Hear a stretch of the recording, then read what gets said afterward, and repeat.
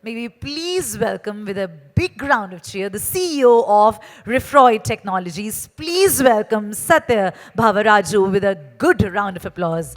Satya, hi and a very, very warm welcome to you. Thank you very, very much. We're excited to listen in as to whatever you have to share with us. Thank you very much, and I'm not going to make any hunger jokes. Yes. So my name is Satya. I'm the chief executive at a company called Refroid Technologies. I'm going to talk about why liquid is becoming extremely important and a necessity. And I want to especially call upon Sanjay, Stulz, for pre-educating the audience on why liquid is going to be the future. Before we get there, we have all heard and know and read about the growth in data centers, not just in India, but globally. I thought we should set the context with a slide from McKinsey. This report came out in July of 2024. At the end of 23, the global data center install base was 55 gigawatts, and McKinsey projected 3 scenarios, one low range, one mid range, one upper range. And in the upper range, as you can see, by the time we exit the decade, we could be at almost 300 gigawatts of install capacity. This is exciting for me and all of us, because there is no other $250 billion industry on the planet that's growing at this kind of a CAGR. But with great growth come great problems and challenges. One of the challenges that we all know is the processor TDPs, or the thermal design power, has been growing very rapidly. Let's just take a look at what I mean by growing rapidly. I looked at CPUs and GPUs separately. This is Intel and AMD. Back in the day, we were at 135, 140 watt per processor. That's quickly moving to, right now in 2024, the servers that are getting deployed have a 500 watt per processor TDP.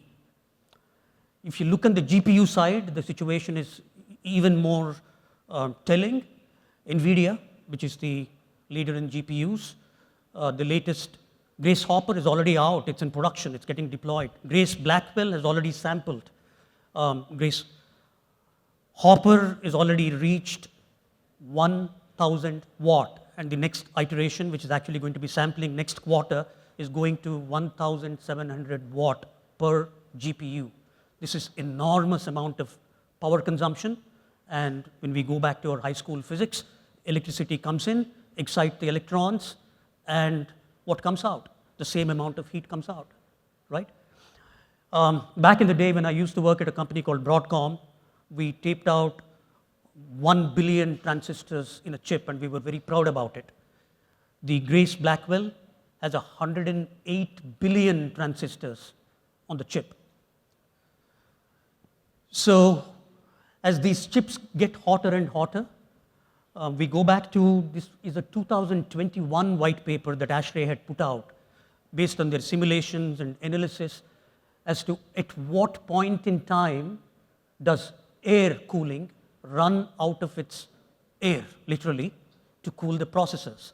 And they predicted that somewhere at about 400 watt per processor, air may lose the ability to be the mainstream technology. Now, there have been efficiencies that have been built around, for example, heat sinks or the airflows and all of that. We've managed to drag it until 500 watt, right? We're still able to cool data centers up until 500 watt processor with air cooling. But what was a projection and a hypothesis back in 2021 is a necessity today. We have to move to liquid cooling. That's why I said the future is going to be liquid. Let's look at it from another perspective. This is from the processor perspective. But if you look at the overall data center and what's happening in the overall data center energy efficiency is measured, as most of you should be knowing, with PUEs, power usage effectiveness. And this is a graph that I picked up from Uptime Institute. As you can see, basically what PUE means, to put in very layman's terms, is to run a unit of compute, if you're expending 1 watt of energy, what is the energy that you're expending on the rest of the facilities, right? So 1.58 means for every watt of power in IT, you're spending 0.58 watts on the rest of the facilities. These numbers are stagnated since 2019, 2020. This also needs to be addressed, and we need to move to more efficient ways of cooling or reducing the consumption of energy. So both these imperatives drive towards one conclusion. We need to get away from air and look at alternatives. And the future is liquid, because as you know, water is possibly 23x or 25x in some experiments, more efficient than air in thermal dissipation. So there are broadly 2 approaches that the industry is working on right now: a single-phase liquid cooling and a 2-phase liquid cooling. Single-phase liquid cooling is mostly what is mainstream right now. 2-phase liquid cooling are things that people are working on. In both these approaches, there are essentially 2 architectures. One is called DCLC, the other is called liquid immersion cooling. DCLC, you're only cooling the servers or the hottest parts of the server, which is the processors, using liquid. In liquid immersion cooling, you're putting the entire IT workload, compute, network, storage, into a dielectric fluid, and the orientation of the rack becomes from vertical to horizontal. Whichever flavor you choose, and there is no right flavor, each workload is different, each data center is different. Ultimately, liquid cooling is going to drive very low PUE. I've heard numbers of 1.3, 1.2. I think we can push it beyond that.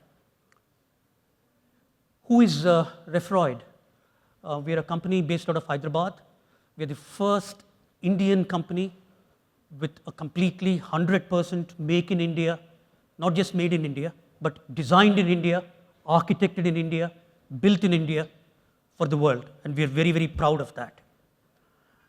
We offer both variants, and currently our R&D dollars are going into AI, looking at reinforcement learning, understanding what type of workloads require what type of cooling requirements and how we can optimize that. And it's our aspiration to put India on the global DC infra map. There is no other completely Indian company, native Indian company, that is doing anything in the DC infrastructure space. We hope to be the first one. We already have liquid immersion cooling customers in India and in the Middle East, and we hope to be growing in the quarters and years to come. A quick look at the portfolio that we have. We have liquid immersion, which is already deployed, 24U and 42U offerings. We already have DCLC, CDUs. Sanjay was talking about a 1,500 kilowatt CDU.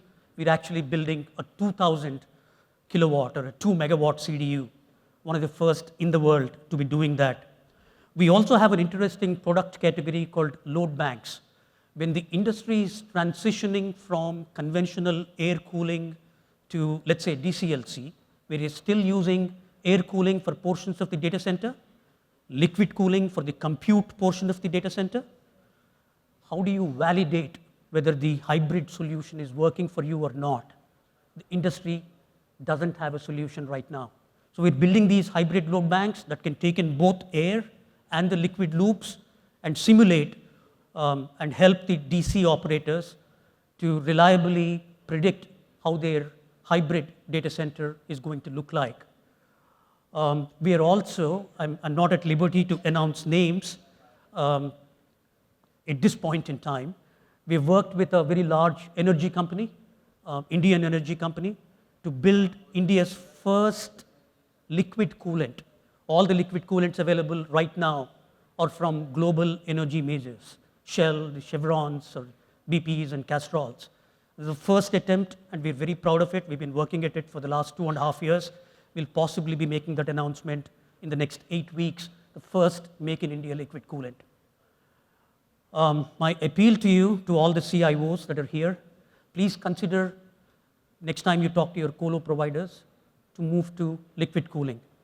talk to us, because there is no single solution that may be appropriate. We may be able to come up with optimized ways of lowering the TCO, as well as delivering a solution that helps you reduce the carbon footprint, claim energy efficiency, get carbon credits, and tell your CEOs that in their next investor calls, they can talk about how green their data center infra is. That's all I had for you today. Thank you very much, and I hope you're all equally proud as we are that we are building this completely designed, architected, and built in India for the world. Thank you.